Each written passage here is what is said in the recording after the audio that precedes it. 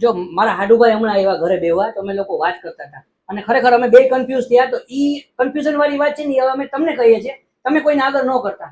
જો હવે લોચા શું થાય ખબર છે, આપણે લોકો રોજ સવારના પોરમાં ખાવા પીવાનું આપણા ઘરમાં બધું ચાલુ હોય, પછી અનાજ આવે, શાકભાજી આવે, ફરસાણ આવતું હોય, કે આપણે જે કાંઈ પણ ખાતા હોય, પીઝા ખાઈએ કે ડાયટ કરતા હોય, આપણે બધું ખાતા હોય, તો ખાવામાં ખર્ચો એવરેજ રોજનો કેટલો ગણવાનો?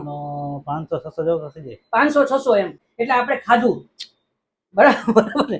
આપણે ખાધા પછી શું થાય એમ? તો ખાધા પછી આપણે પાછું આ ખાવું પડે છે. બરાબર?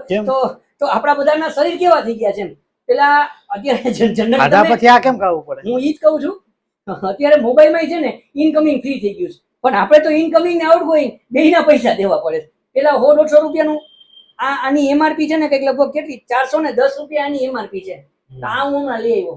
હવે પાછું જોગાનું જોગ છે એવું કે અત્યારે ઉસાય ઘરમાં પાઉંભાજી કરી, એટલે પેલા અમે પાઉંભાજી ખાવું, પછી આ ખાવાનું. એટલે આ બધાના શરીર આપણા કેવા થઈ ગયા છે ને એ જોવા જેવું છે. એટલે તમે લોકો કોમેન્ટ કરજો કે તમે લોકો આ ખાઓ છો કે નથી ખાતા એમ.